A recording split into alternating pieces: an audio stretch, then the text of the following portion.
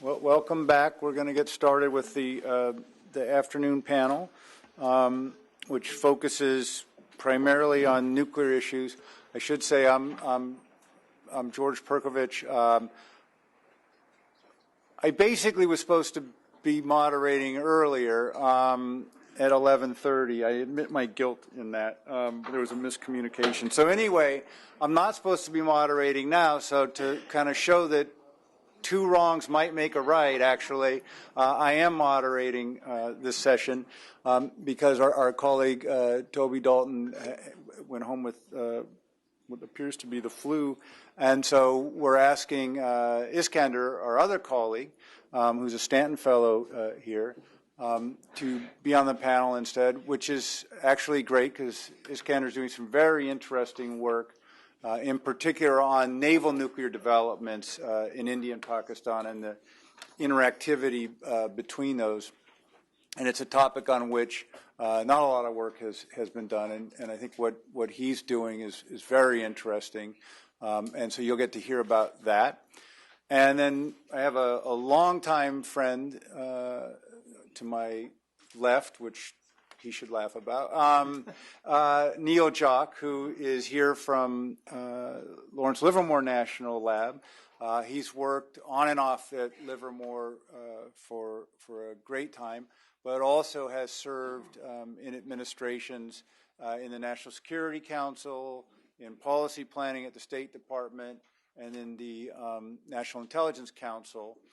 So has a lot of experience analytically and in terms of also working on the policy side of things. And like I said, I think the first thing I read that Neil had written on South Asian nuclear issues was dated something like 1983. So he's been at this a long time. So Neil's going to go first, followed by Iskander, and then I'll make some comments, and then we'll open up for a discussion. So Neil. Thanks very much, George, and thank you all for attending today. It used to be that economics was the dismal science, but, well, we started off with a bang this morning on economics. Now I think nuclear weapons continue to be the dismal science, to the extent it's a science at all. So at Livermore, we're trying to counter that by the pretty picture you see before you. Nothing bad can come from such a bucolic setting. But, of course, that's not Pakistan. That's what we're going to talk about. So I need to do two things. So I'll give you the outline, but as they say in the military, BLUF, bottom line up front, I think theater nuclear weapons fundamentally challenge current assumptions and plans about the future of conflict in South Asia. So what I'll talk about is the 6 bullet points. War is still possible between India and Pakistan. If you disagree with that conclusion, you can go to sleep and you won't be wakened because that is stipulated as part of my discussion. I think that's just the case. Past wars have been limited, so people think, in South Asia, and I'll say a little bit about that. I've had a chance to speak here in Washington at the Stimson Center several months ago where I laid this out in somewhat greater detail, so I'll be brief there. I think the Cold War model of limited nuclear war does not really apply in South Asia, and I think, unfortunately, a lot of the analysis thinking about the prospect for nuclear use and nuclear deterrence in South Asia are built on that model, and I think it's not particularly apt. The fourth point is that Pakistan is developing tactical nuclear weapons based on their own tests and announcements, and I'll go into a little bit about what that may mean. I think the implication, as I say at the outset, is that India's nuclear policies may need to be reevaluated, and I'm cautious in the presence of Ashley Tellis saying that some of the arguments that he makes in his book may need to be reevaluated. I do think the introduction of nuclear weapons at the battlefield level, and I should also add the caveat, tactical is really not a very good modifier for nuclear weapons. Nuclear weapons are, depending on your perspective, one more weapon in the arsenal, and they may be used for trying to achieve tactical outcomes, or for, but you have a range of tactics to achieve an overall strategy. Nuclear weapons may be one of those. And then the last point I'd make is that the next war may not look like the past wars. And so let's not assume that it is. So war is possible. Neither side wants a war. I'm not advocating it. I'm not saying this is something that we should pay attention to, that we should advocate by any means. But again, it is the dismal science, so I think we need to pay attention to it. I recognize that multiple differences between India and Pakistan continue: Kashmir issues, the future of Afghanistan, terrorism, etc. Their past wars, conflicts between them in 1999 and 0102, I think, have also taught dangerous lessons. From Pakistan's point of view, they may conclude from 1999, from 2001, 2002, that coercive diplomacy was tried and failed. And I don't think, as you look carefully at that literature, that really is what happened at the time. I think there's an influence of third parties in both of these where I think the lesson may be negative. That is, from India's perspective in 01, 02, an opportunity may have been missed as a consequence of third-party intervention. We just have, I think, a sort of a different set of concerns as we go forward. With respect to limited wars in South Asia, I think security analysts may assume that a future war would remain limited in terms of the canonical time, space, resources, and objectives. But I think the past wars between India and Pakistan are not necessarily good indicators that war can remain limited for a host of reasons, but I'll try and be brief. I think it's difficult to avoid battlefield initiative. I think we saw that both from the point of people in the battlefield in 1999 at Cargill, but also from an executive level in 1971. Opportunities arise. It's hard to resist them. I also think that 1999 is overstated in a sense as being limited. Certainly the battlefield was confined, but there was a good deal of what I call escalation readiness going on with respect to the movement of forces on the ground, at sea, and with respect to the nuclear programs. Again, to repeat, 01, 02 may have taught some dangerous lessons. Coercive diplomacy failed. I don't think that was really the case, and opportunity was missed. There may be people in India who would like to redress that missed opportunity. As I said, the Cold War model, in my judgment, doesn't really apply. It's instructive, but I think there are significant differences. There are no alliance complications between India and Pakistan. There isn't a territorial buffer zone. You don't have what sometimes is referred to as the overkill overhang with respect to their actual capabilities. Center versus periphery restraint. In the Cold War, we saw the central conflict between the U.S. and the Soviet Union somewhat restrained, somewhat deferred to peripheral battles where restraint was shown on the periphery, but there was wars fought on the periphery that deflected the stress at the center, you might say. With India and Pakistan, of course, you do have a past history, fairly recent, and Jack Gill's presentation before lunch spotlighted the relative improvement over the last decade, but nonetheless there is a past history of direct conflict, and as I noted, I think there's fundamental differences about the future of the neighborhood, you could say, that do not have the effect of not removing those conflicts. And there's also, to some extent, this past reliance on third-party intervention, and I do emphasize this because I think to some extent there's an expectation that another war would come under the influence of third parties, but I'm not sure that that's also not perhaps overstated. And there may be a negative lesson for both countries, for Pakistan in 1999, when many military officers felt that they had been stabbed in the back, the classic kind of complaint from military officers that the politicians had snatched defeat from the jaws of victory when Nawaz Sharif went to Washington on July 5th of 99, and from the perspective of some in the military, handed things over too soon. And from India's perspective, in 2001, when after the December 13th attack on the Lok Sabha, they had a month when they might have been able to respond in some fashion.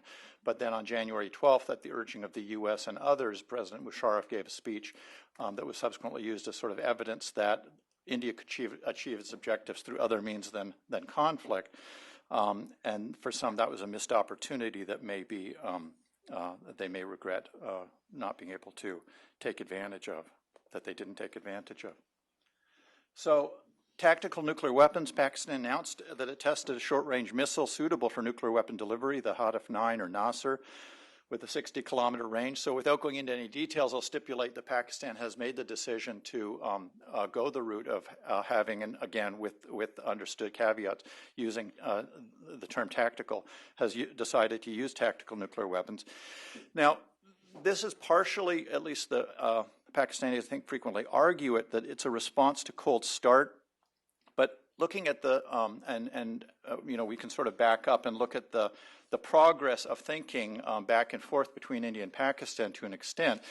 After 1999, General Malik in January of 2000 gave a speech where he said that India cannot afford to continue to allow Pakistan to use asymmetric warfare and needs to develop, as he puts it, space between escalation and low-intensity conflict for India to respond. This was accentuated, this perspective was accentuated in 2001, 2002, when the Indian Army was still sort of under the yoke, you might say, of the Sundarji Doctrine.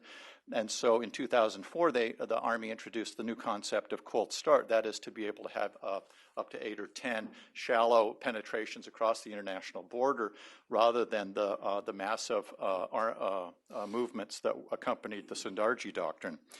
But as we look at this, I think if India were to launch Cold Start, to use Thomas Schelling's language, a conspicuous stopping place would thereby be removed. And the problem in thinking about nuclear use and nuclear deterrence is, where would a new conspicuous stopping point appear? When do you pull back? And the presumptions are that the war would remain limited, but as I've said, I think that's open to some question.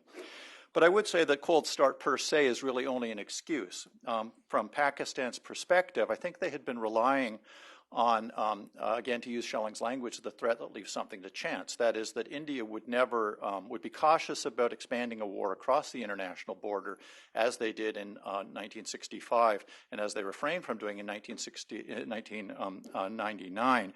And that because of that threat that leaves something to chance, you don't cross conspicuous stopping points. You refrain from what your initiative might lead you to do, and that India would thereby be restrained. I think after Cold Start is introduced, Pakistan's perspective that India will show restraint starts to disappear. And what they need to do is think in terms not of confronting India with the possibility that an intervention across the international border would immediately result in a fairly wide-scale attack by Pakistan using nuclear weapons. I think Pakistan responded to that by trying to draw down the threshold that would prompt it to use nuclear weapons.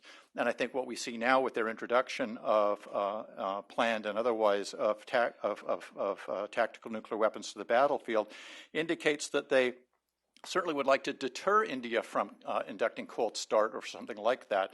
But in the event that it doesn't, they aren't going to rely on, they can no longer rely on that threat. And so what they need to do is to be able to think about how nuclear weapons might be used actually on the battlefield. And I think the implications then are largely for India. From India's perspective, they're faced with a new challenge. They have to evaluate whether or not this tactical or theater nuclear weapon threat is credible on Pakistan's side. That is, if a war were catalyzed for whatever reason, and again, I don't think either side wants to go to war, but they've both been faced with the threat of catalytic war in the past and maybe again in the future. In the event that India decides to induct Cold Start, decides to move troops across the international border, decides to break that conspicuous stopping point, again to use Schelling's language, how will Pakistan respond? Moving on from India's perspective, they may want to enhance the nuclear taboo, but the question is begged, to what extent does that apply in a new setting? From Pakistan's point of view, to the extent that the nuclear taboo favors India and makes it more difficult for India to respond, for Pakistan to respond to Indian conventional aggression, they may want to erode the nuclear taboo in some ways. From India's point of view, again, they need to sort of change the dialogue. What is the nature of the relation between the two sides as they talk about their conflict? What's allowable and what isn't? In effect, they're talking, they're in a bargaining relationship, again, to use the nuclear deterrence theoretical literature. How do they bargain about outcomes without quite acknowledging that those outcomes are in prospect? From from India's point of view then, if war were to break out, if India were to induct cold start, how does it deter first use by Pakistan? How does it convince Pakistan that it will remain limited, that it will not show battlefield initiative? And how does it get communicated to Pakistan that India's goals are limited? From India's perspective, what is limited, maybe from Pakistan's point of view, something much more fundamental. There's a background argument that the weapons would be used by Pakistan only because it was there was an existential threat posed. They would refrain from using nuclear weapons because they were threatened by India's nuclear strength, nuclear response. But from Pakistan's point of view, even a shallow incursion may look like an existential threat to the state, and therefore threatening Pakistan with the use of nuclear weapons, if they use nuclear weapons first, in effect is like threatening to hang a man twice. They're already faced with the prospect of the states being destroyed. Why would they therefore why would they therefore not use nuclear weapons? So as you look at India's draft nuclear doctrine, I think the Indians have to ask themselves, is this a credible threat to Pakistan? If we imagine what the next war would look like, again, posit that it's catalyzed by a terrorist strike, obviously the best response for India is going to be a diplomatic one initially, because no one's going to benefit particularly from the war, but that may not be available. That may things may be happening fast. There may be different pressures that make a military response more sensible. India needs to think about what that response should be, whether or not this Army doctrine of cold start is a good idea or a bad idea, and whether or not there are other options using air capabilities or naval capabilities. Obviously, you have the sort of the huffing and puffing that goes on before you actually engage in war, so threats, condemnations, calls for restraint, and so on naturally would be part of the landscape as both sides responded within a relatively short period of time to this catalytic terrorist strike. But in the process then of the war developing, how do you signal that you are going to be restrained? How do you signal to the other side, and how do you ensure that that signal is received? We've seen past cases of attempts at signaling, and it's not at all clear, but from the brass tacks crisis in 1987, some people in India, in Pakistan, make the case that Pakistan was trying to signal with the Kuldeep Nair interview with A.Q. Khan. I don't think that's the case, but it captures the problem, which is that you have to be careful about who your interlocutor is if you want to send a signal. You have to make sure that the signal is sent promptly. That was an interview that took place on January 30th of 1987. It was only delivered on March 1st. It was only published on March 1st. So was there a delay in actually conveying that? Was Kuldeep Nair an interlocutor that the Indian government trusted? There are a lot of things that need to be thought about. You don't probably want to do that after the bullets start flying. And then what are those limits? This is part of the bargaining process as well. And the key problem there is a limited war requires two to tango, and how do you convey to the other side that you will be limited, and how do you ensure that the enemy respects those limits? In conversations with Pakistani leaders, I think some of them have the feeling that if India were to attack at point A, Pakistan may choose to respond there, or they may simply choose to counterattack at point B, which doesn't lead to restraint.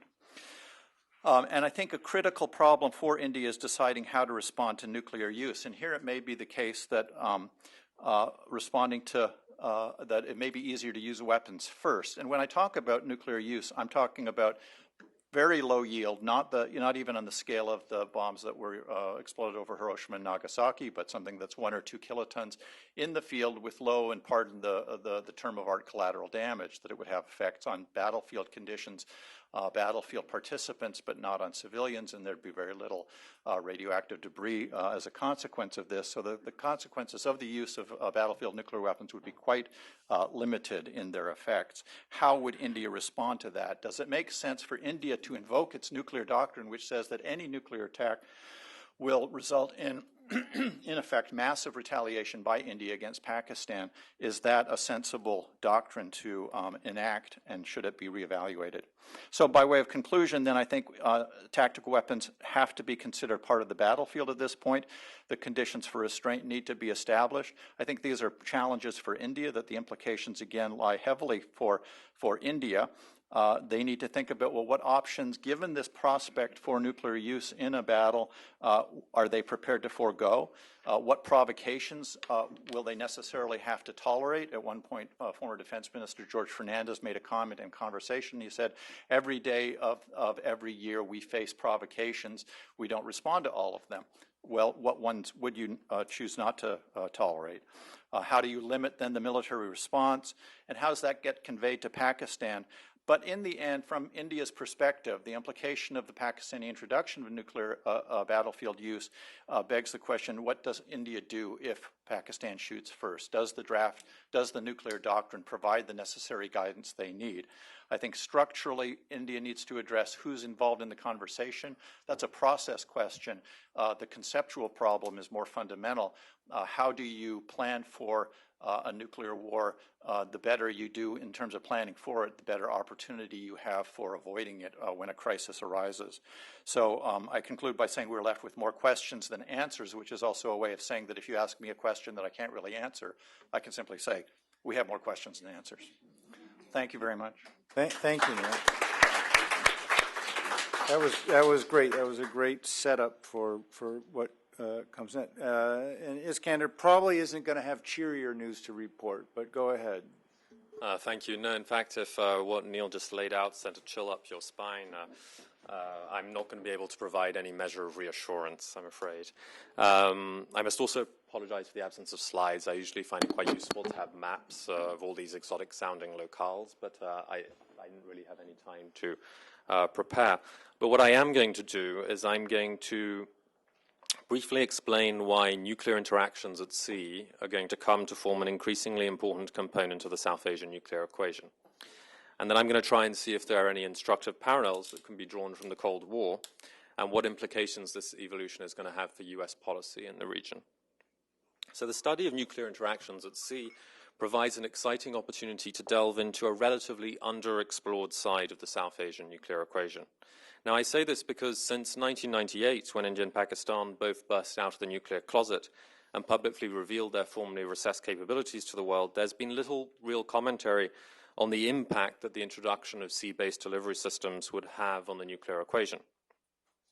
Now, this can be attributed in part to the relatively recent nature of naval nuclearization, as India only launched its first indigenously produced nuclear submarine, the INS Arihant, or Destroyer of Enemies, in 2009, and Pakistan only just formally officialized its ambitions for a functional nuclear triad via an inter-services public press release in May of last year. Now, I should probably add a caveat, because when I say recent, I'm referring to the public debate, because India's nuclear submarine program was in fact initiated over 3 decades ago. And if you look back at statements by Pakistani naval commanders and strategists, there have been references to the need for Pakistan to acquire a nuclear triad going back at least to the 1980s. But even since 2009 and India's public unveiling of the Arihant, there's been scant commentary on its wider strategic significance. So the event was hailed as a symbolic and technological milestone, but there was no real recognition of the meaning this had on South Asian nuclear interactions. So I think it's important to note, first of all, that both nations have their own distinct set of motivations to pursue naval nuclearization. So it's important not to lump them together. And those motivations cannot be resumed to a simple action-reaction dynamic. So India, for example, is motivated certainly in part by a desire for prestige and international recognition, but also by a very rational objective, which is to place its nuclear assets at a safer distance from a decapitation strike. And this is particularly important in light of China's growing militarization of the Tibetan Plateau and the proliferation of Chinese ballistic missile silos in strategic high-altitude points along the border. In addition to this, there are mounting concerns in Delhi over the reach of Chinese air power, as well as over recent reports that indicate that China is developing a navalized version of its long-range land attack cruise missiles.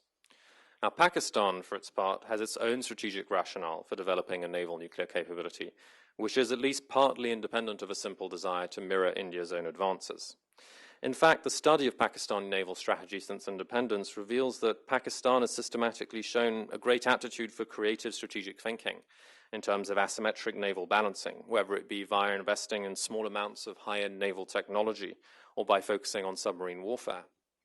And similarly, Pakistan's naval commanders expressed their desire to acquire a naval nuclear capability long before India publicly unveiled the Arihant, and at a time when it was uncertain that the project would ever actually see the light of day due to several bureaucratic and technological delays. One can list several factors that have shaped Pakistan's thinking over the years about naval nuclear warfare, but for reasons of brevity, I won't list them now. But the point that bears the most mention, perhaps, is that through its threats to disperse nuclear assets on its surface ships or aboard its conventional submarines, Pakistan can inject strategic ambiguity and uncertainty. And in so doing, it can offset India's conventional naval advantage in the Indian Ocean, much in the same way it's managed to dilute India's conventional advantage on land. And in both cases, this has been achieved by a refusal to abide by no first use policy and by what Neil discussed earlier on, the flirtation with the tactical use of nuclear weapons. So to provide a concrete example, most analysts would now concur that Pakistan is developing a sea-based version of its Barbor missile, which is a subsonic nuclear-capable missile which bears a strange resemblance to the US Tomahawk, albeit with a much shorter range. So how do these evolutions interfere with our traditional reading of sea-based nuclearization? Well, I think that a common reading of the movement towards sea-based deterrence is that, in fact, it's stabilizing because it ensures the relative sanctuarization of nations' deterrence, and it reduces first strike incentives on both sides, and it also displaces the locus of nuclear competition from heavily populated state territories to the wide open waters. But it's my contention that this optimistic vision doesn't really hold up to scrutiny when applied to regional nuclear dynamics in what some people call the second nuclear age. And in this case, one can argue that it's not so much the process of naval nuclearization in itself that's inherently stabilizing or destabilizing, but rather the manner in which actor chooses to pursue it. And Pakistan seems to have opted for a rather dangerous path, which combines dual-use systems, so nuclear-tipped cruise missiles, cultivated doctrinal ambiguity, a fair degree of maritime brinkmanship. And India, for its part, has conducted a series of tests of short-range Dhanush missiles from offshore patrol vessels. So while in India's case it remains highly doubtful whether New Delhi will actually ever decide to station nuclear assets aboard surface vessels, certain statements by DRDO officials have caused a lot of concern in Pakistan. So I would argue that if both nations don't work towards better integrating sea-based nuclear assets in their strategic thinking and bilateral dialogue, there's a real risk of vertical or inadvertent escalation. And in terms of methodology, I think it's worth exploring the question of inadvertent escalation in the naval realm in a comparative perspective. And as Mark Twain once quipped, the past may not repeat itself, but it does sometimes rhyme. And the topic of inadvertent escalation at sea was explored in depth during the second half of the Cold War by theorists who warned how within a heavily nuclearized environment and under conditions of strategic uncertainty, offensive submarine operations or deployments could give birth to dangerously escalatory dynamics. And what's interesting is that much as in India and Pakistan today, this argument was countered at the time by a constituency who argued that the diversification and resulting dispersal of NATO's nuclear assets at sea strengthened their survivability and thus buttressed overall deterrence. For instance, Linton Brooks, who served on the Reagan administration's national security staff, wrote at the time that, I quote, "Deterrence is enhanced through the deliberate importation of risk and uncertainty. Sea-based systems able to attack a wide spectrum of targets from a large number of platforms over a broad spectrum of attack azimuths complicate Soviet defense planning immeasurably and thus strengthen deterrence." Now, without wishing to sound unduly provocative, one could well imagine such a statement being issued from Pakistan today. Depressingly, things may in fact be even more complex and unstable now, in large part because the South Asian maritime environment is so alarmingly unstructured. At least during the second half of the Cold War, so from 1972 onwards, the Soviets and the Americans enacted the Incidents at Sea Agreement, which worked actively towards limiting critical misinterpretations in times of peace, which could lead to conflict. India and Pakistan have no such regimen in place, and Pakistan continues to rely on a policy of maritime brinkmanship in order to compensate for its inferiority. So only 4 months ago, for instance, or 5 months ago rather, there was a report of a near collision between a Pakistani frigate and an Indian frigate in the Gulf of Aden. And such instances are commonplace, and they sometimes have dramatic consequences. For example, in 1999, a Pakistani maritime patrol aircraft was shot down by an Indian Air Force MiG-21 when it strayed into Indian airspace. Now imagine the implications if in the future Pakistani frigates or maritime patrol aircraft are transporting nuclear weapons and such incidents reoccur. And another question worth raising is whether the escalation dynamics of nuclear warfare in the maritime theater are less constrained than those that would attend similar operations on land. And a classical example is the tense situation which unfolded underwater during the Cuban Missile Crisis, and which almost led to disaster. So we now know that each of the Soviet submarines deployed off Cuba was in fact armed with nuclear-tipped torpedoes, a fact which was not known by the US Navy at the time. And in an attempt to force the Soviet submarines to surface, the US fleet dropped depth charges. So these depth charges were not intended to hit the submarines, but they were rather to coerce them into revealing themselves. The Soviet submarine commanders, however, viewed these actions under a different light, and one commander even ordered his men to assemble the nuclear torpedo to battle readiness. So this incident highlights two disturbing dimensions of naval nuclear interactions: the perennial risks which are linked to misperception and ill-conceived or designed signaling on the one hand, and the various challenges that are linked to command and control on the other. When it comes to contemporary South Asia, even though Pakistan has threatened to use tactical nuclear weapons against advancing Indian tank formations on land, one could be forgiven for expressing some reservations over whether Pakistani commanders would be willing to self-maim themselves by allowing the detonation of nuclear weapons on their own soil. Out on the open waters, however, such a question remains more open. And this ties in with another angle, which is the interaction between conventional and nuclear assets at sea, and how this is going to impact on each country's strategies, doctrines, and acquisitions. Technology like geography can blur the line in between defense and offense. And for example, whereas before the question of submarine proliferation in South Asia could be viewed through a refreshingly conventional prism, everything is going to become a lot more complicated now that nuclear-armed and nuclear-powered assets have been thrown into the mix. So, for example, formerly conventional naval warfare capabilities, such as anti-ship warfare or anti-submarine warfare capabilities, can now also be equated with counterforce capabilities, with all the destabilizing ramifications that implies. So finally, it's difficult for me to discuss these dynamics without discussing the role and perceptions of third parties whose actions and perceived centrality, in the case of China, for instance, have pointed in the past to the limits of viewing the Indo-Pakistani nuclear relationship in a solely dyadic light. And such an evolution also has clear implications for US policy. For instance, in the event of a confrontation in between India and Pakistan, the US, with its unparalleled capability in maritime domain awareness or anti-submarine warfare capability, may be able to provide India with critical intelligence on the whereabouts of Pakistani nuclear assets at sea. The question is whether the United States would be willing to do so, and what implications would arise from either its refusal or its agreement to do so. So after having outlined these very grim realities, let me conclude by asking how one could perhaps better encourage crisis stability at sea through practical and immediate measures. So the Indian and Pakistani coast guards, after many incidents of intrusion within each other's perceived exclusive economic zones, have set up hotlines in order to work towards preventing future clashes. Ideally, such a system could also be extended to both countries' navies. Whether it would actually work is another question, but that would be a first step forward. And also in 2005, both India and Pakistan signed an agreement to notify each other in advance of ballistic missile tests. And in my view, this urgently needs to be extended to cruise missiles as well. And with that, I'll conclude, and I look forward to your questions. Great, thanks, Iskender. I think what I'm going to do is, these were very good presentations and very rich, and what I'm going to do is maybe may add a little bit to them, but it's also to conceptualize some of what we've been talking about a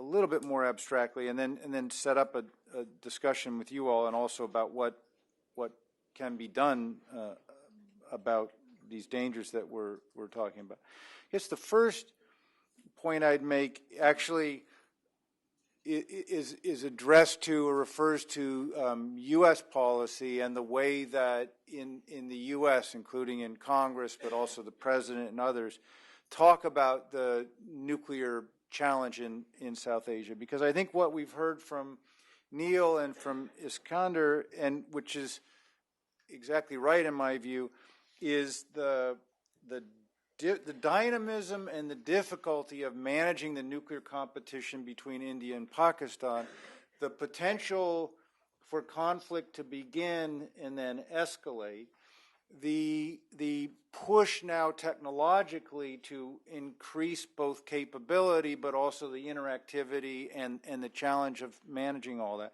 And I think that's exactly right, and that is by far the most important national and international security issue and interest that we face there. And yet U.S. policy, for I think understandable political reasons, still talks about nuclear terrorism and the security of nuclear materials in Pakistan as like the big thing that we have to stay focused on, and why we're involved in the region, and why we should care about Pakistan and so forth. And I think that focus, while it's very natural and understandable, it would be certainly a political disaster for any administration in which a nuclear weapon went off in Times Square or something. So you got to work on that. But a much higher probability danger is the kind of conflict that we've talked about here, escalating in South Asia and becoming the world's first nuclear war. A lot of Americans in the region, a lot of geopolitical implications, and that challenge basically in the public discourse, especially in Congress, but including in the executive branch, generally doesn't get addressed nearly as much as the terrorism problem. So I would make an argument that, and these discussions kind of reinforce it, is that our real focus, our primary focus, should be on preserving deterrent stability in South Asia, which is another way of saying preventing war. And that the challenge ought to be to educate our Congress, to educate the public to the extent that the public needs to care about any of this, that this is a profound U.S. national interest, preserving peace in that region. And so to not have to talk about everything in terms of nuclear terrorism and nuclear security, which is counterproductive in Pakistan to even achieving the objective that we would have there. And we can talk more about that. And so I think that the talks here were very useful. I think Neil very explicitly and Iskander, implicitly made clear that the challenge of deterrent stability between India and Pakistan is much more complicated and daunting than was the management of nuclear deterrence between the U.S. and the Soviet Union in the Cold War, or than the challenge of the U.S. and Russia today, or the U.S. and China. This is a much harder problem. And let me give at least three kind of conceptual ways of seeing just how difficult that problem is.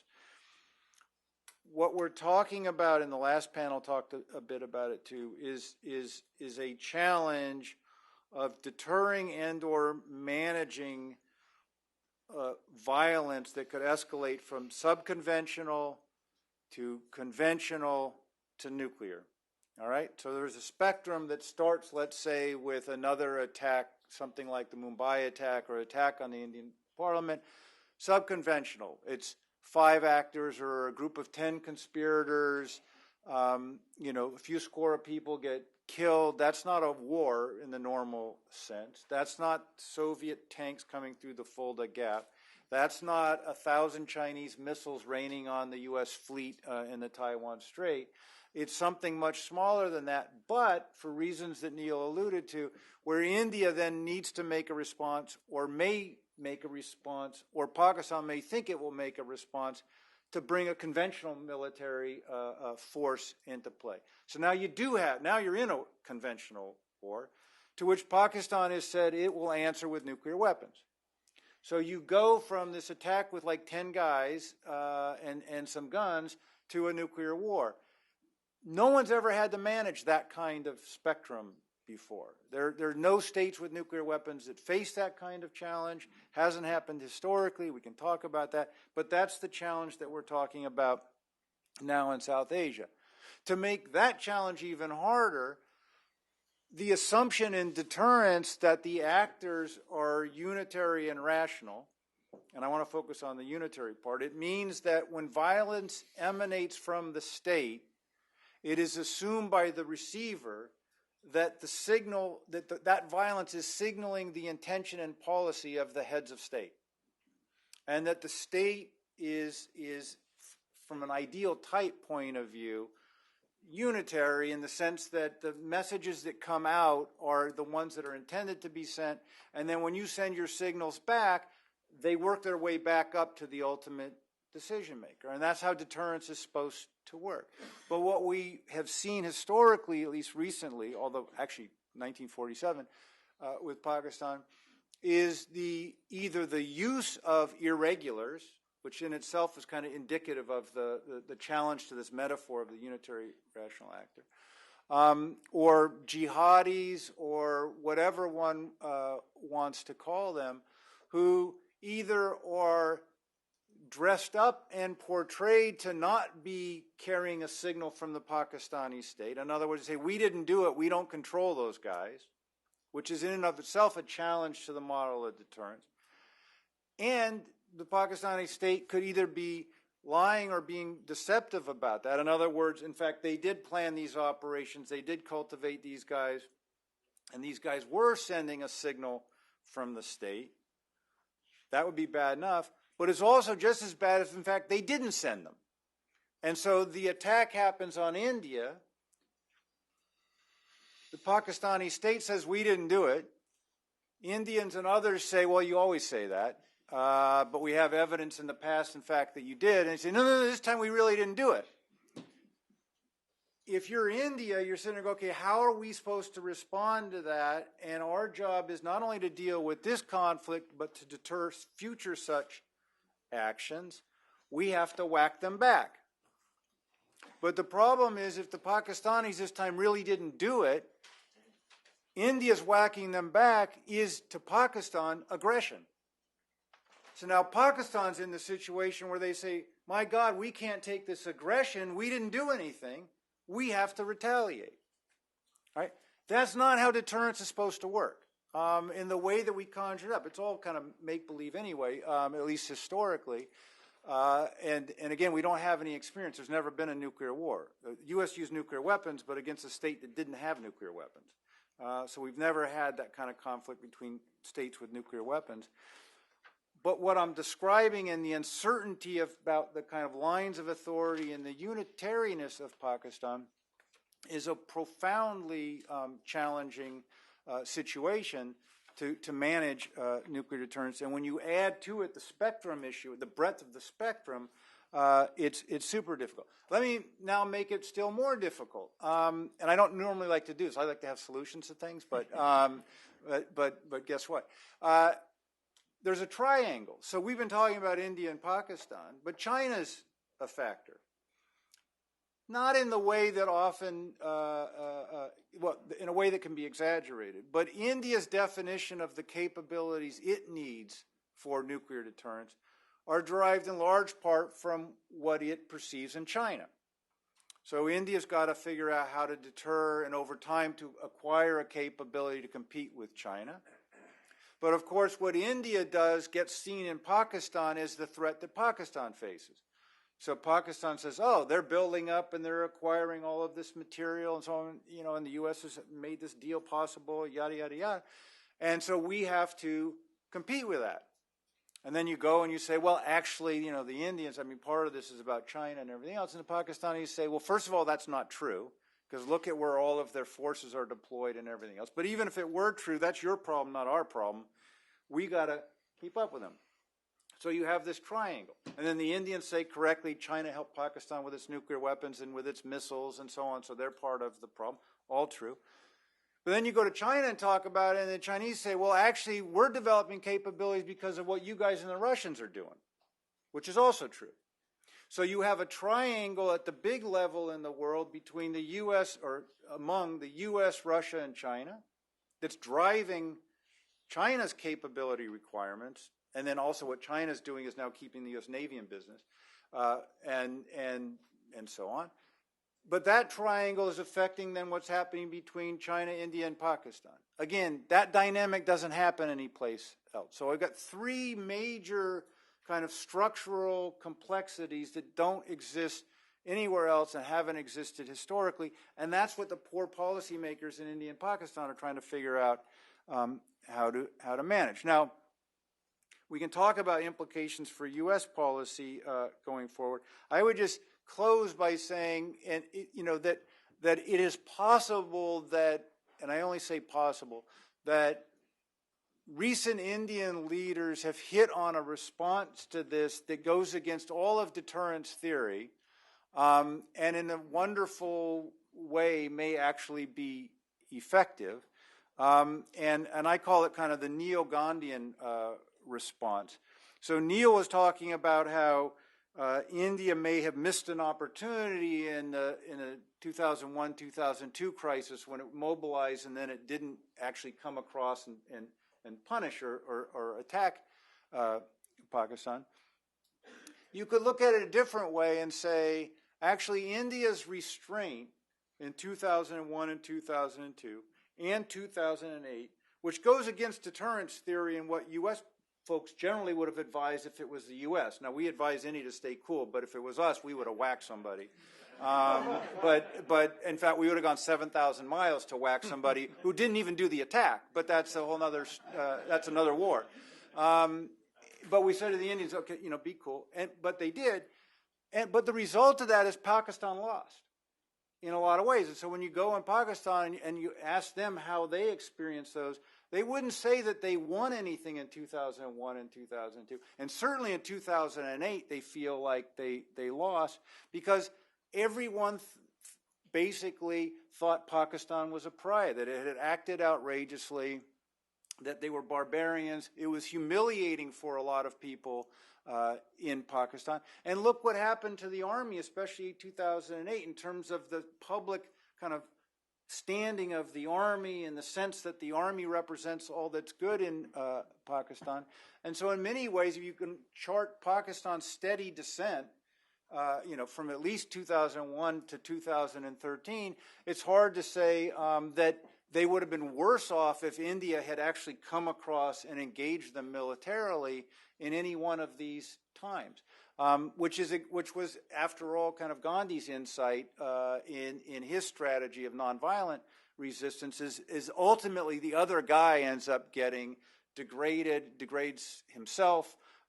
His own people turn against them. The world turns against them, and much less bloodshed. I'm not saying that this. I'm not trying to back this up. I'm not saying this is something Indians have thought of consciously. I'm not saying even it's a good idea. But there's something potentially there when you're dealing with violence that is illegitimate in a sense. It's terrorist violence, not conducted by uniform soldiers. It doesn't conform to any laws of war. That when that's what's coming at you, it may be possible that nonviolent resistance, in fact, can be strategic in its effect. Let me stop there. Let's open it up for discussion.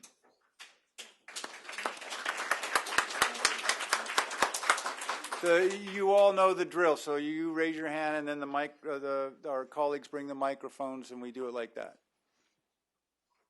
Or not. Yes, the young lady there. Keep coming, Ali. There you go. My name is Jennifer, and this question is for all of you. Iskander, you alluded to a possible nuclear CBM, the expansion of the ballistic missile flight test notification to include cruise missile flight test notifications. I'm just wondering if you have all followed the expert-level talks and if you can see any other possible CBMs coming out of that dialogue. Go ahead, yeah. So I was in India recently, and I was discussing this issue with the Indians on the one hand, and then the Pakistani defense attaché and naval advisor on the other, and both sides claim that it is the other that does not want to include cruise missiles on the draft treaty. So it's unclear to me which side is right or wrong in this. My understanding is that it was the Pakistanis who rejected that offer in 2005, but I may be wrong. As for following CBMs, I'm not sure. Maybe Neil would have something to add. I apologize, Jennifer. I didn't hear all of the question, but just let me pick up a little bit on CBMs, which I think are problematic for India and Pakistan and require a certain amount of trust and confidence the other side will fulfill them. and I don't think there's much of either of trust on either side. So I'm not particularly confident that even movement in that direction. I would add that it has to be generated on the ground in India and Pakistan. That the experience of the U.S. through its Track 2 activities and otherwise with encouraging CBMs has been desultory at best.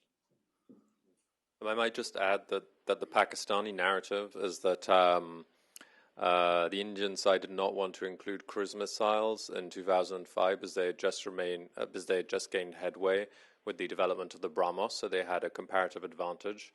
But that since then, as Pakistan has developed its own cruise missile capabilities, India has been more interested in putting this back on the table. So, I would just add, just briefly, there's another structural challenge, I think, in this kind of thing, is that for the most part, the people who would be negotiating confidence-building measures are from the foreign ministries, and I think if you really wanted to, over time, build confidence and figure out, what would be useful, you would want folks from the militaries directly involved, or there's a bunch of reasons, but also the tradition and the history is so bitter, especially with the diplomatic corps between the two countries, that sending them to make agreements is kind of a contradictory thing to do often. Somebody else, needs to do it, and then they can implement them at this point. Other questions? Yes, sir.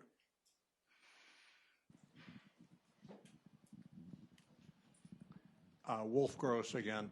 The one discontinuity that I can see between India and Pakistan on the nuclear front is that India has declared a no first use, which Pakistan has refused to do so far. And I wondered how this discontinuity, if that's what it is, affects the dialogue.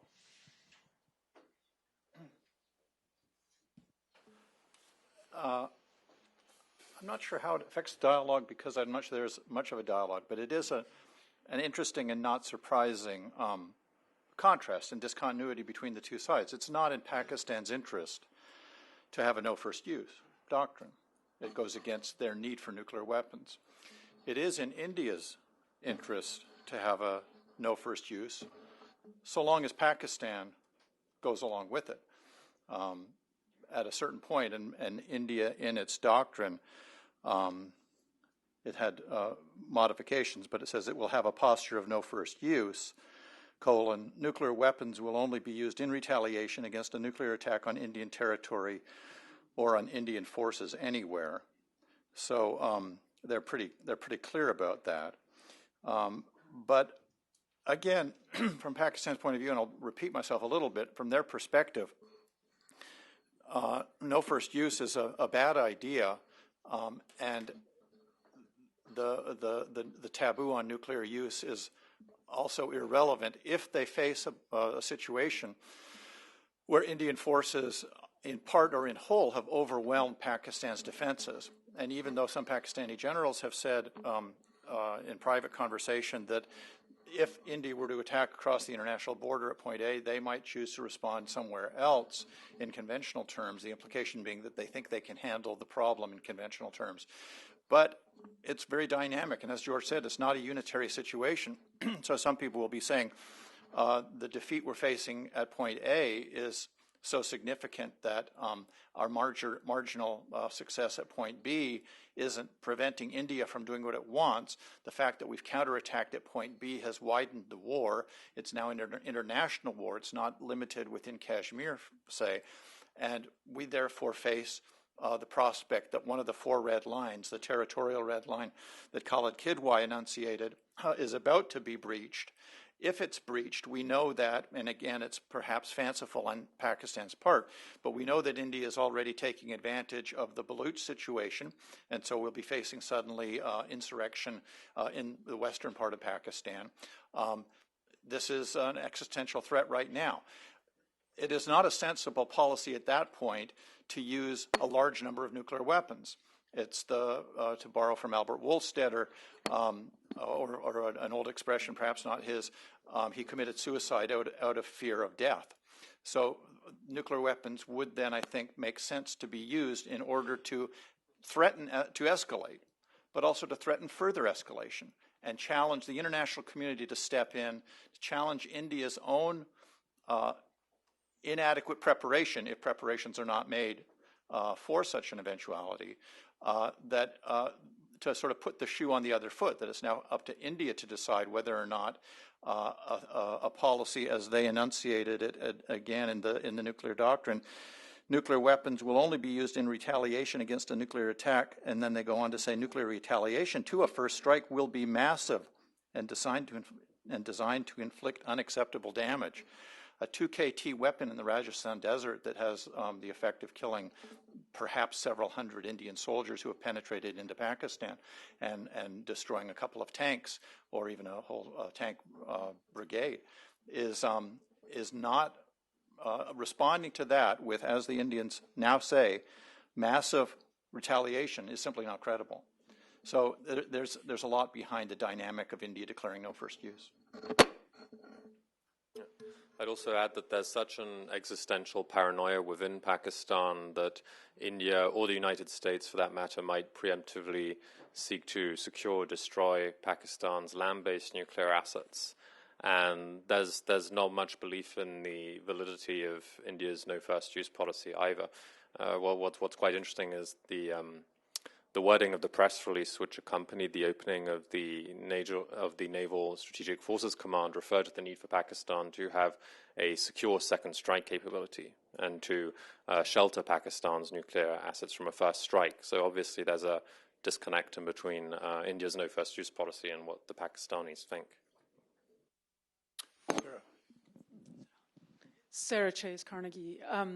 The three of you have described a situation that sounds anything but a deterrence type environment. It almost sounds closer to sort of shading into let's expand the variety of our arsenal kind of situations. So in that context, George, you've been talking quite a lot about stable deterrence as a way of looking at the India-Pakistan dynamic and, in fact, turning inside out some of the other issues that confront U.S. policy, for example, to do with Pakistan.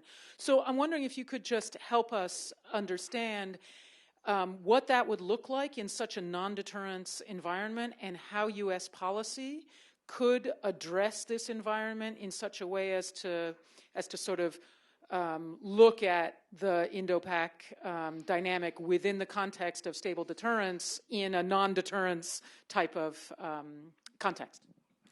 Yeah, thanks, sir. Well, I think the two biggest challenges to deterrent stability are and they're big ones, are the first two things I mentioned, the connection of subconventional aggression or violence in the spectrum to then conventional and nuclear.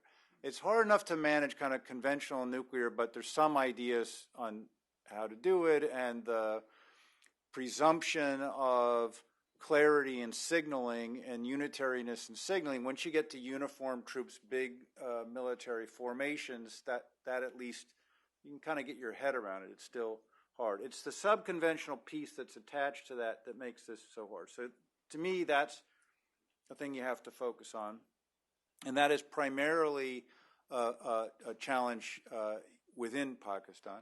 And it's related to the second one, the whole issue of unitariness in Pakistan. And what I'm saying when I talk about that in Pakistan, and I think it's been misinterpreted in Pakistan, is not to say the whole issue, that the civilians don't have a place in the chain of command and the military are out of control. That isn't the issue at all.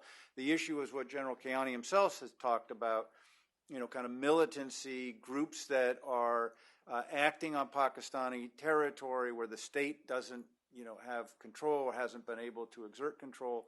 It's that problem, basically, of rolling back terrorist actors, some of whom have been very convenient for the Pakistani intelligence services to have in the past. So they haven't been motivated to roll them back. Quite the contrary, in many cases, they've used them as instruments. But you would have to, if Pakistan were to see this as a problem that they want to that they want deterrent stability, and this is an alarming prospect to them, what we're talking about, then the first thing to do would be to go at that subconventional issue, get control over the groups that would be committing terrorism in India.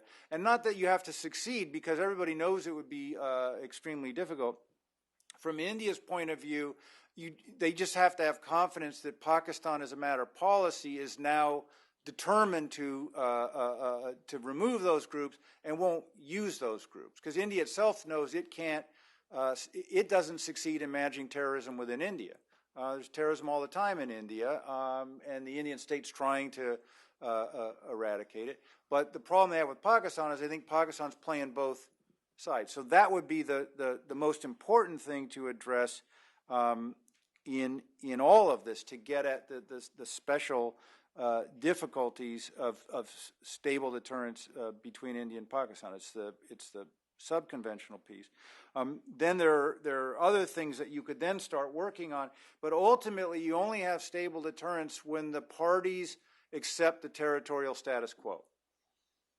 And this is what happened in the U.S.-Soviet experience, and you finally have to get to a point where each side goes, okay, I got these weapons, I'm going to use them if they come onto my territory or that of my allies, because that's a threat, like Neil said, the red line.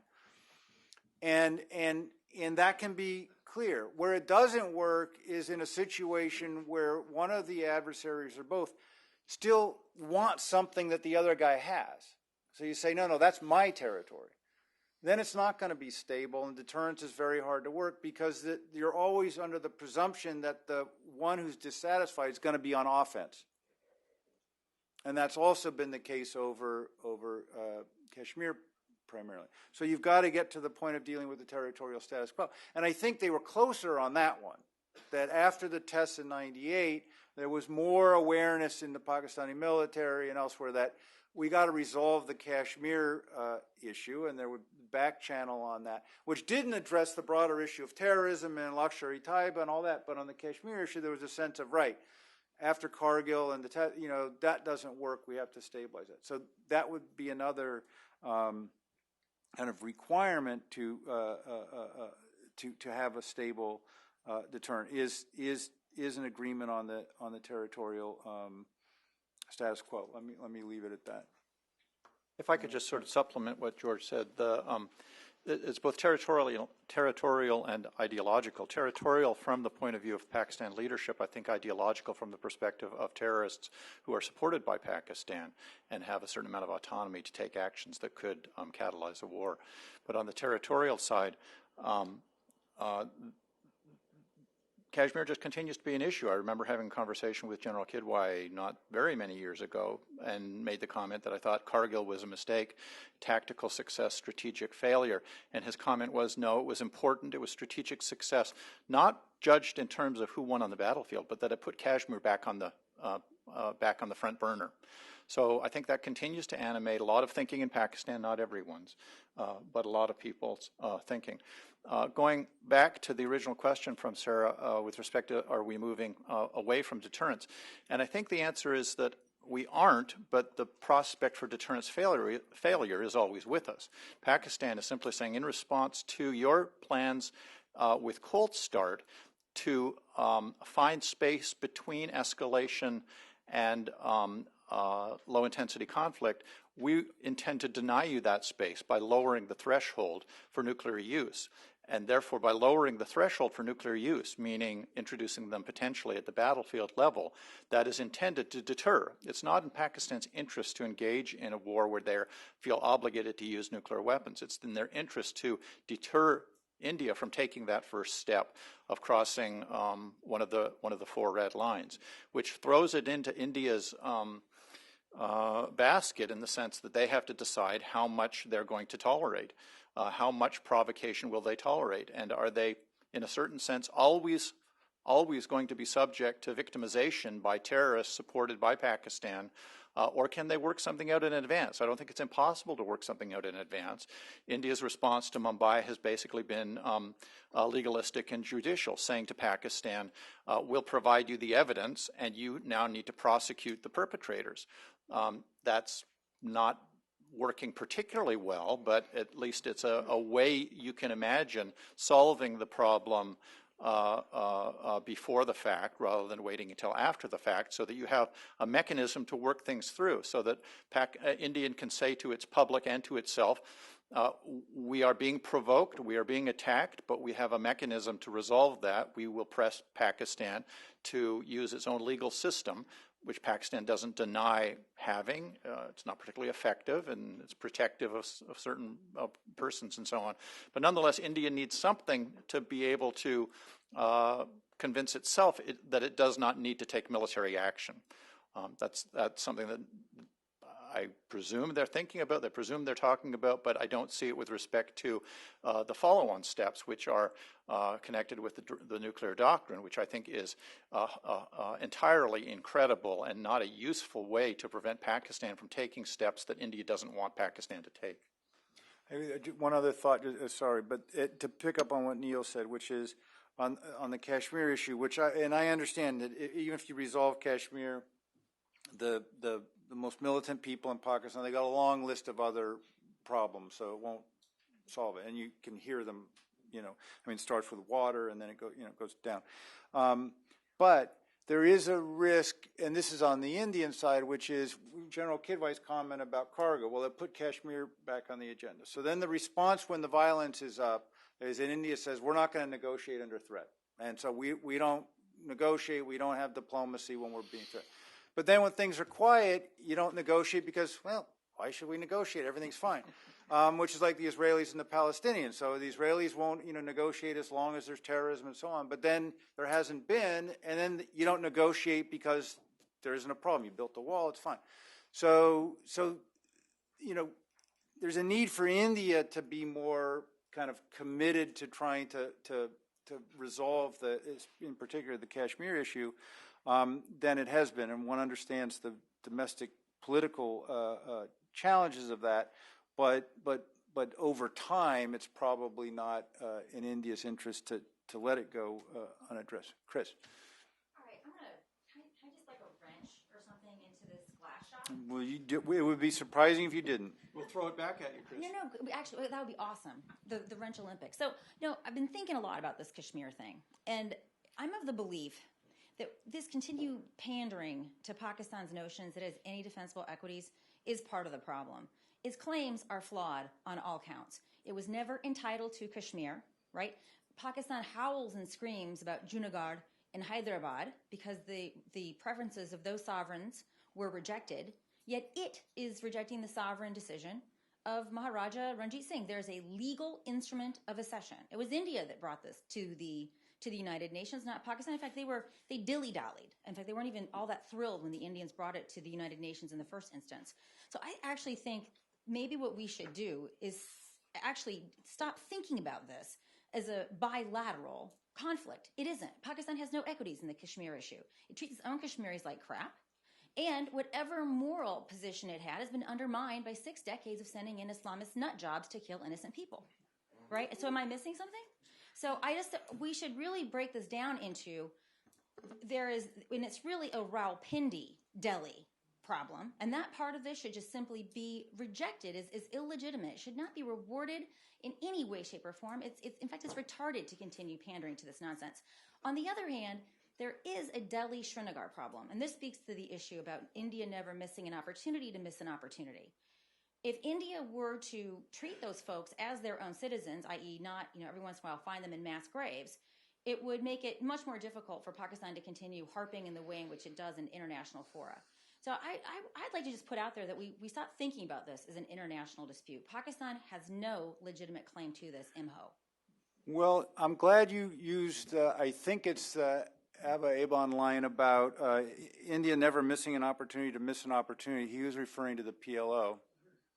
Because I think a lot of what you said was basically what, for example, kind of settler parties in Israel would say about the Palestinians. There was a two-state, no, that isn't true. The legality, that's quite different. I'm not talking about my whole point isn't about the legality of it. My whole point is that these are political realities. They get built up over time, and so when we want to refer to the legalities, or if one might want to do that with the Senkaku Islands now and go back to like a legal issue, it's almost beside the point in a sense, because now there's so much political mobility, so much blood has been shed that you can't then, especially the U.S. can't then come in and say, well, you know what, we've been looking at the books and it turns out, you're wrong, you should just be quiet. It doesn't. But we can, because Pakistan, this is the sinisterness of that. I'm going to push on this. I should have a drink. But Pakistan bases its claim to Kashmir on nonsensical legal arguments. It's not like the Israel-Palestine issue, where there was supposed to be two states. There was never in partition any requirement that said Kashmir was to go to Pakistan. Second of all, it continues, with the exception of a very small brief period in 2004, to harp upon this plebiscite. Well, if you're going to harp upon the plebiscite, let's go back and look at the terms under which that plebiscite was to occur. The first was that Pakistan was to demilitarize. Upon that happening in a satisfactory way, then the second was, these were sequential. First, Pakistan is to demilitarize. Second step, after that happened with the satisfaction of some appointed Star Chamber of the UN, the Indians were to reciprocate. So there's only a minimal number of force there that was to also be set by this Star Chamber of the UN. And then the third and final component was, in fact, this ostensible plebiscite. So if Pakistan is going to continue to harp on this nonsense, it violated and continued to violate the first necessary but insufficient condition for this plebiscite. So this exactly works for Pakistan. Their legal argument is nonsense. It's a canard. Great. I mean, so what?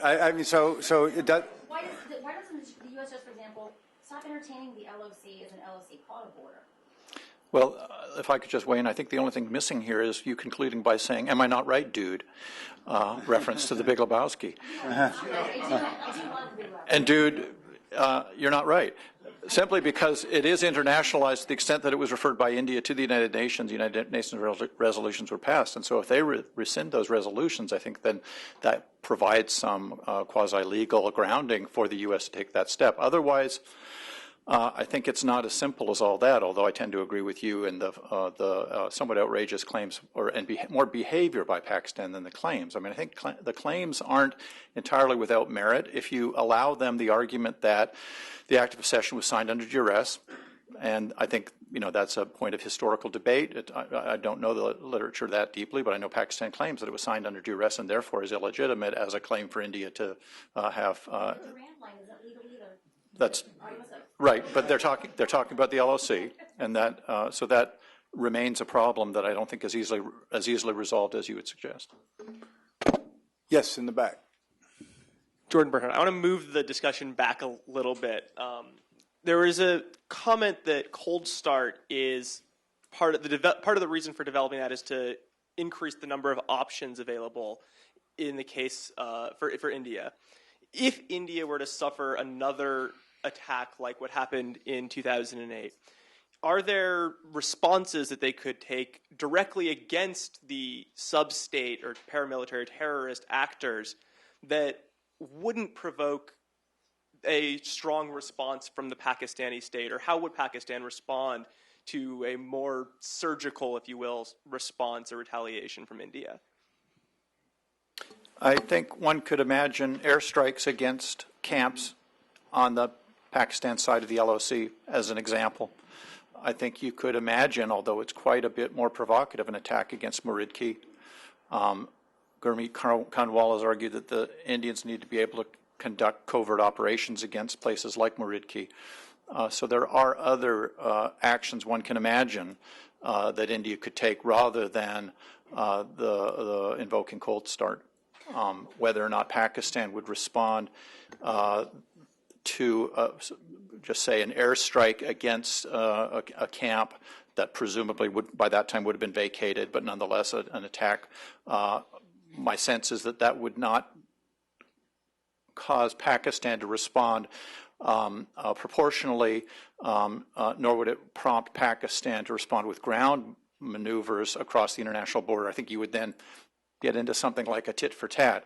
And so I think it's for India to decide, and perhaps they already have decided, that the next best step after another provocative act is to take something like an airstrike in order to reduce the likelihood that an open war would break out. I agree with that one. Be surprised if that's not the direction in which kind of Indian thinking evolves. Yeah. The gentleman next to you, and then somebody over here. Yeah. Thank you very much. This is a very interesting presentation from all of you. My name is Akshat Chaturvedi. I'm a student at Johns Hopkins Science. My question to all of you is that how can we just disregard this common denominator between these two countries? It's the religion. Religion is actually missing out of the our political negotiation dialogues. And no matter how secular country as Americans we are, but even our president elections can be decided in the name of religion of the president. So how can we just ignore the fact that religious leaders on both the sides are actually influencing terrorist activities, political dynamics, and as well as mass sentiments? Well, I think that's fair to introduce that element. It's what I was alluding to in response to Sarah Chase's question with respect to the ideological element in the conflict between India and Pakistan, where whether you call them jihadists or militants or terrorists or what have you, many of them are inspired by their own particular interpretation, both of the origins of the state of Pakistan as well as the mandate for Islam in South Asia. And so they may well be driven by their interpretation of religion to try to foment conflict that in their view would logically result in the integration, the full integration of Pakistan with Kashmir and all parts of Kashmir being incorporated into the Pakistani state. So I think that's very much there, but I don't think it's as much an element in the thinking, the strategic analysis that goes on either on Pakistan's side or on India's side. I think I'm going to be careful because because I don't want to say anything. On the subject of religion, but it seems to me that among the only things that one can do about the problem that you rightly identify is focus on the separation of violence from religion. And so on that, one doesn't then have to make comments on religion in general or particular religions or whatever, but rather that in any civilized modern state, the state has to have a monopoly on the legitimate use of violence and therefore separate out the religious organization and preachings of whatever religion from the possession of guns or the use of guns by their followers, and that would probably be a mode of discourse for less righteous people like myself, that would get you somewhere. But it's also kind of got a basis in most countries' laws, in the international system, and so on. And so I would focus on the violent part rather than the religion part. Yes. So I think if we're talking about deterrence, then we have to talk more about other world powers. And I've heard that in many scenarios that you pointed out, the third party and the catalyst factor have come into play. So where do you see China into these pictures? Because obviously China is in the triangle between US, China, India, and also India and Pakistan and China, and also the rest of the world. If you see that China, North Korea, Iran, and Pakistan and their nuclear capability all together, comparing to US and our allies, how does that work out? So what would one advice you give to our future defense secretary, possible Senator Hagel, and then Senator Kerry, the newly appointed? I'll State respond, and then you Department guys can Secretary. respond, but because I don't want to forget. And I like this question. Well, I think there are a couple of levels. So at the level of capability, it has been true, that China helped Pakistan develop capability. So kind of as a supplier, they've been problematic. With Iran, it was early on, and then it was, I think, stopped, at least from what the open literature says, stopped very early on in the 90s. And then with North Korea, I think that when North Korea tests, when fingers start pointing as to who helped them, it's not going to be China. It will have been Pakistan and then probably some scientists from another country that is next to North Korea that has nuclear weapons but isn't China. And so at the level of capabilities, I think China's there.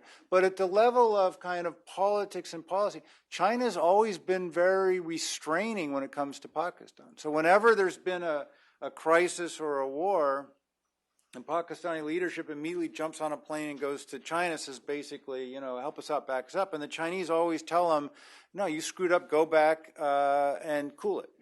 And because their overriding interest is stability.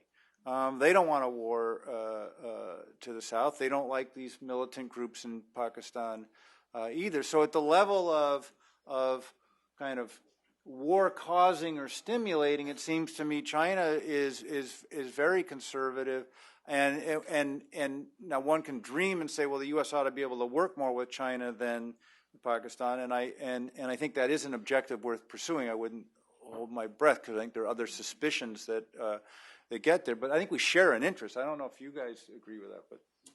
I don't think we quite share the same interest, and I think India's response to China taking any role as an intermediary, as a third party to help quell a crisis would be looked on with substantial suspicion. I mean, from India's perspective, the worst proliferator in the world is not Pakistan, but rather China, who, according to the recent book by Feroz Hassan Khan, was quite open in having transferred about 50 kilograms of HEU and the weapon designed for Chick-4 to Pakistan. That book tries to make it seem as though it was just handed to one part of Pakistan, which may be in doubt, but in any case. So Pakistan has benefited from China's intervention. I wouldn't quite agree with George that China has never that always scolds Pakistan to behave itself. We have to go back a little bit further. China was behaving as if it would do something to help Pakistan in 65 and 71. China, I think, proved to be a feckless ally in the sense that it did nothing in both those cases, but it also didn't try and arrest Pakistan, and arrest Pakistan's activities, particularly in either conflict. So I think there has to be a certain element of being an honest broker, and both sides have to accept, at least, not entirely honest, but honest to the extent that you do have an interest in the success of both countries, and I think the U.S. has that position. It's not the only third party. The United Nations is a potential third party as far as sort of a hortatory appeal would go, but in any case, I don't think China fills that role particularly well. Nor has it sort of volunteered to do it. It seems quite content to stand back. I was talking about vis-a-vis Pakistan, not as a mediator between the two of them. But, I view China's influence as being a little bit more toxic, and its strategy as being somewhat unsustainable in the long term. As China's trying to play an increasingly dangerous game, it doesn't want to see a conflict erupt in between India and Pakistan. But at the same time, it wants to continue to bog India down on its western flank. And what's interesting is that traditionally, Sino-Pakistani military cooperation focused on the nuclear aspects, on land and missile warfare, and now it encompasses all spectrums. So the Pakistani Air Force, increasingly the Pakistani Navy, and this is part of a deliberate policy to tie India down on its western maritime flank. But in the long term, it's got to reflect on its policy, and it's got to think of whether this is constructive, whether Pakistan is a reliable partner, and whether it's just not making the whole situation worse for itself. we got some time. Questions? We can take a break too, so it's up to you guys.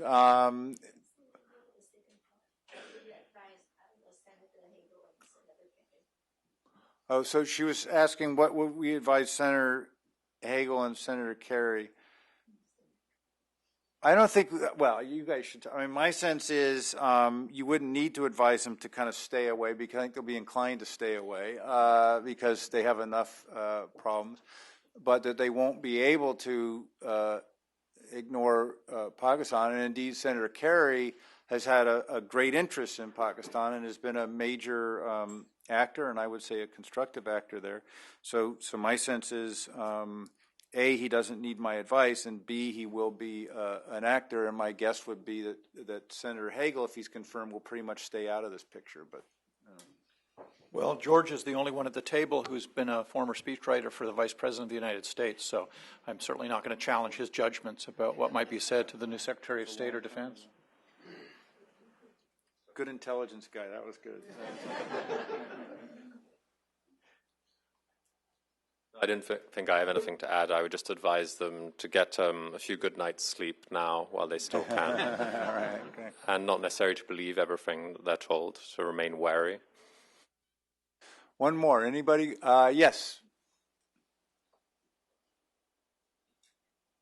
Hi, my name is Bethany, and I have a question about, referring to what you said before, response to the other question about how in a potential, after a potential other future terrorist attack, India might consider very specific retaliatory airstrikes against a terrorist camp, for example. Which seems, one can make the argument that seems like, the way to go, the way to make all parties happy, assuage domestic anger in India. I was wondering if you could talk a little bit about what would make India not choose that route as trying to specifically go after, a retaliatory terrorist focus attack after a potential the next Mumbai? What would make them instead choose something more like Cold Start? I mean, my initial reaction is it's a capabilities issue. So if you need manned aircraft to fly over Pakistani airspace to do it, then the risk that your pilots are going to be shot down or captured would be a big factor. Whereas if you could do it in a standoff way where you didn't run a risk of that, the threshold would be much higher. And then I think the usual calculations are there civilian, are there people, non-terrorists, non-combatants nearby, so that there's a chance that you would actually kill a lot of what would be seen as innocent people? Could that be a deterrent? So there's a self deterrent. So my guess is it would be more along those operational lines than in principle crossing over a threshold of saying now we're going to use force, because anything that we're talking about here is going to seem a lot less provocative than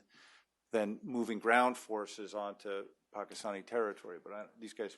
I would just add that since you contrasted it with why would they then choose to take an airstrike rather than ground attack a la Cold Start, and I think to some extent it would depend on the severity of the attack. And if we go back to December of 2001 and imagine that had been a successful attack and that the terrorists had gotten inside the parliament and had slaughtered 10, 20, 30, 100 parliamentarians willy-nilly, and then except the left party. If it was the left parties, then it was assuming that they were evenly distributed, there was a bipartisan terrorist attack. The severity of that attack, I think, so it would depend on the severity of the attack that would dictate how India might choose to respond. That there are some things that they are way more than a pinprick. I had the sense back in May of 2002 with the Kalachak incident that was going to break the Indian back in the sense that they would then respond much more vigorously, because in a certain sense this was terrorists murdering the families of the soldiers who were ready to attack, and the political leadership said, well, even though your wives and your children have been slaughtered, we're not going to let you take any actions in response. That struck me as a very hard decision to make.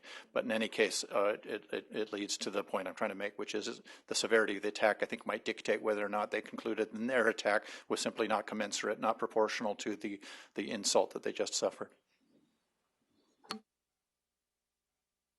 There's a certain method to Pakistan's madness in the sense that from the Pakistani perspective, it definitely works to their benefit to have an ambiguous nuclear posture. And for India, its military plan is a strategic nightmare, because Pakistan's red lines for nuclear use are elastic and they keep shifting, and it's very difficult for Indian military planners to be able to find what Clausewitz famously called the center of gravity of a conflict. And so one of the former alternatives was a naval blockade of Karachi and economic warfare or coercive naval maneuvering outside Karachi, which is what India did during the Kargil War. But now that may be more difficult to put into place because of the nuclearization of the naval realm and also because Pakistan's own capabilities in anti-access and area denial are increasing with Chinese assistance. So some of the options that India had may no longer be as easily attainable. Great. Let me thank Neil and Iskander. Let me thank all of you. Let me ask Frederic, are we taking a break or do we go? Short petite break. So 20 minutes of 4, okay? Thank you all.